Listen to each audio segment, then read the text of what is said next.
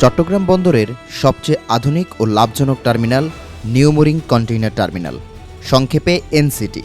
আর এই terminal Dubai ভিত্তিক প্রতিষ্ঠান ডিপি ওয়ার্ল্ডের হাতে তুলে দেওয়ার প্রক্রিয়া চালাচ্ছে সরকার। এ নিয়ে সবচেয়ে বেশি আলোচনায় আশিক মাহমুদ বিন হারুন। প্রশ্ন উঠছে, লাভজনক এই প্রতিষ্ঠানকে কেন বিদেশিদের হাতে তুলে দেওয়ার উদ্যোগ নিয়েছেন পাবলিক প্রাইভেট পার্টনারশিপের প্রধান? সম্প্রতি দৈনিক আমার দেশ ও নর্থ ইস্ট নিউজে এ সম্পর্কিত প্রতিবেদন প্রকাশ করেছে।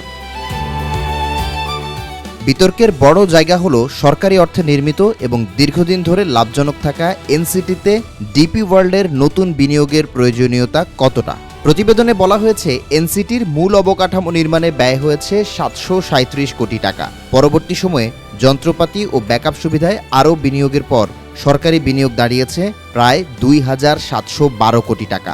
বন্দর বিশেষজ্ঞ জাফর আলমের দাবি, প্রয়োজনীয় প্রায় সব ধরনের যন্ত্রপাতি বর্তমানে রয়েছে।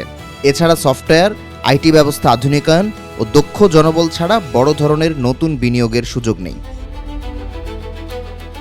অথচ পিপিপি কর্তৃপক্ষের ওয়েবসাইটে ডিপি ওয়ার্ল্ডের সম্ভাব্য 205 মিলিয়ন মার্কিন ডলার বিনিয়োগের কথা বলা হয়েছে, কিন্তু কোথায় কী খাতে এই বিনিয়োগ হবে তার নির্দিষ্ট ব্যাখ্যা নেই বলে প্রতিবেদনে উল্লেখ করা হয়েছে। কিন্তু বিতর্ক এখানেই শেষ নয়।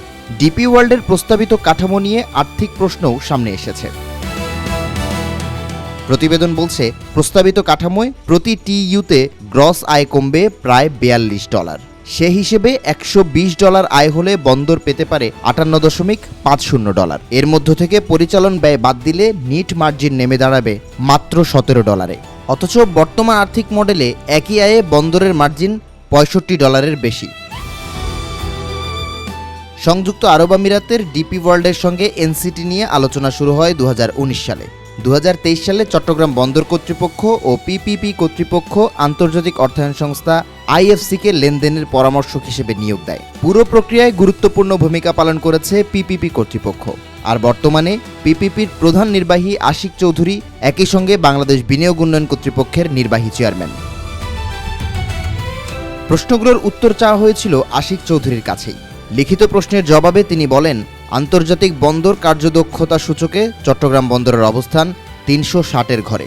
ফলে অধিক সক্ষম ও অভিজ্ঞ আন্তর্জাতিক অপারেটর দিয়ে কন্টেইনার টার্মিনাল পরিচালনার উদ্যোগ স্বাভাবিক। তবে একই সঙ্গে তিনি জানান, এনসিটি পরিচালনার বিষয়ে সরকারের সিদ্ধান্ত এখনও আলোচনা ও পর্যালোচনার পর্যায়ে রয়েছে।